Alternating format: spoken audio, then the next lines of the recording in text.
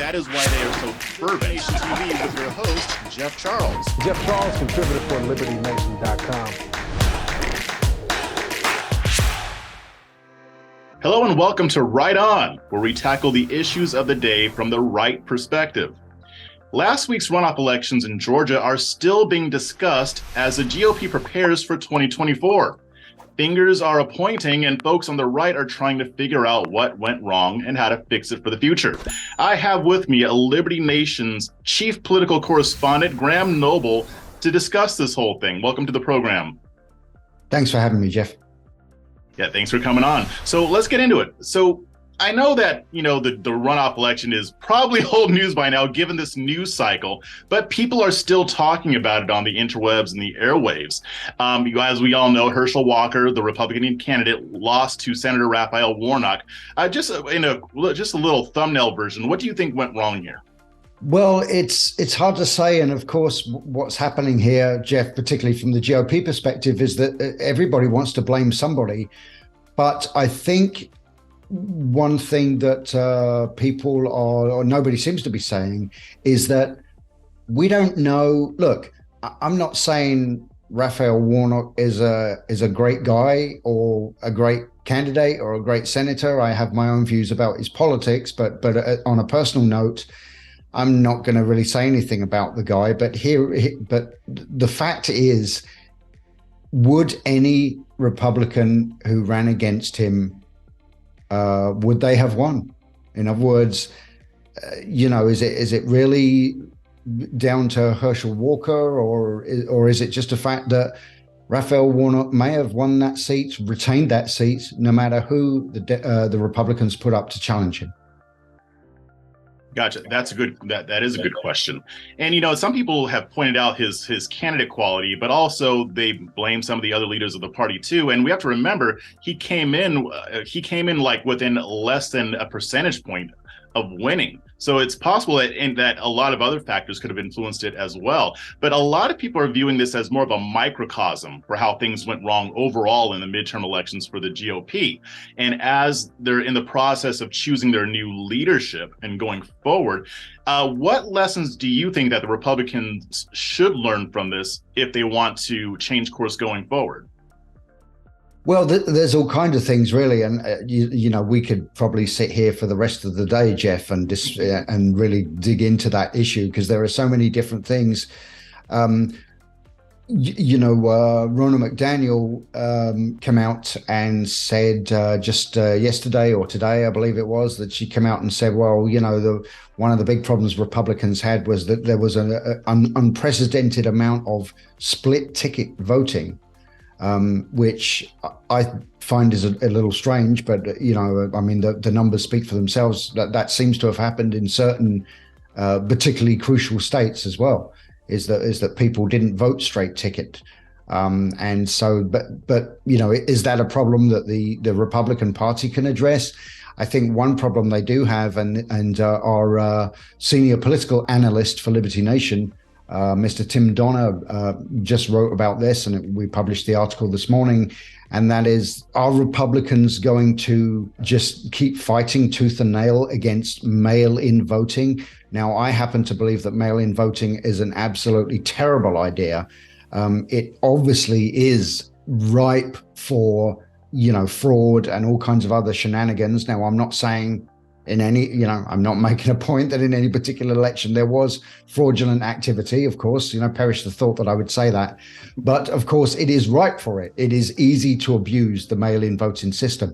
And, is the GOP going to continue to fight against mail-in voting, or are they going to take the attitude of, well, you know what, if you can't beat them, join them, and we need to get on the ball and start handling, start having a better strategy towards mail-in voting.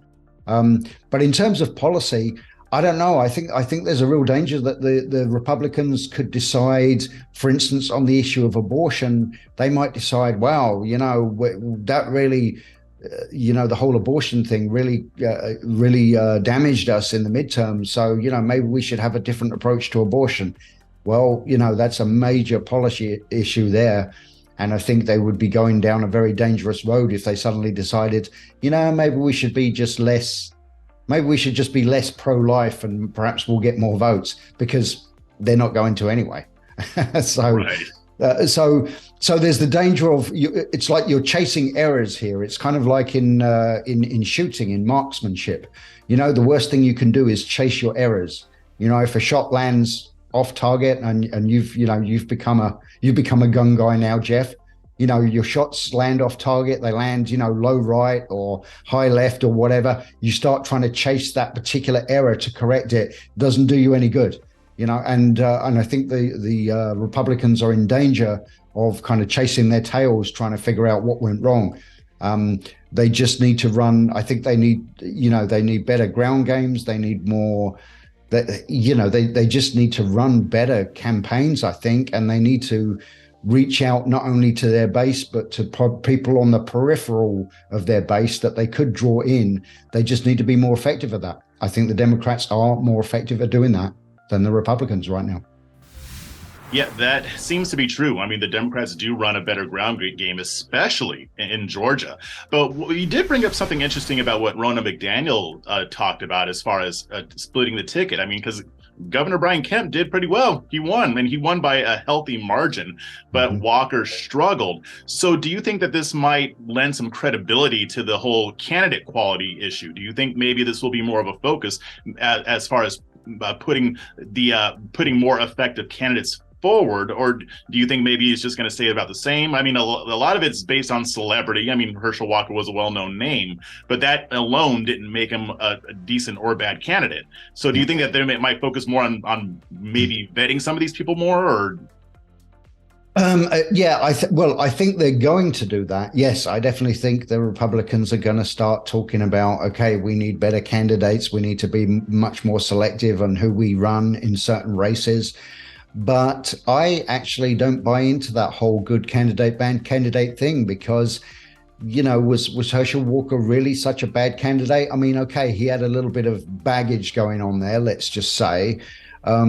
But then again, let's look at the Pennsylvania race. Let's look at John Fetterman, who the Democrats put up for that Senate seat. And, if you want to talk about bad candidates, really, John Fetterman, I mean, he had to put it mildly, a less than stellar record as a leader, as an elected leader.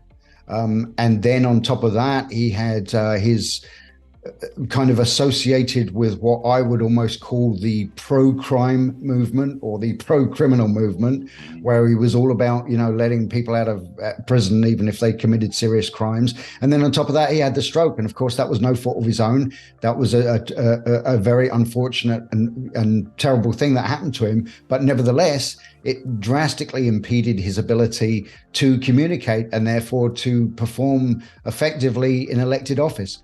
And so, bad candidate, he was the worst candidate. And the problem is that people who vote Democrat, a lot of them, they will vote for a 5-day-old half-eaten eggplant sandwich if it has a name and that name has a D after it.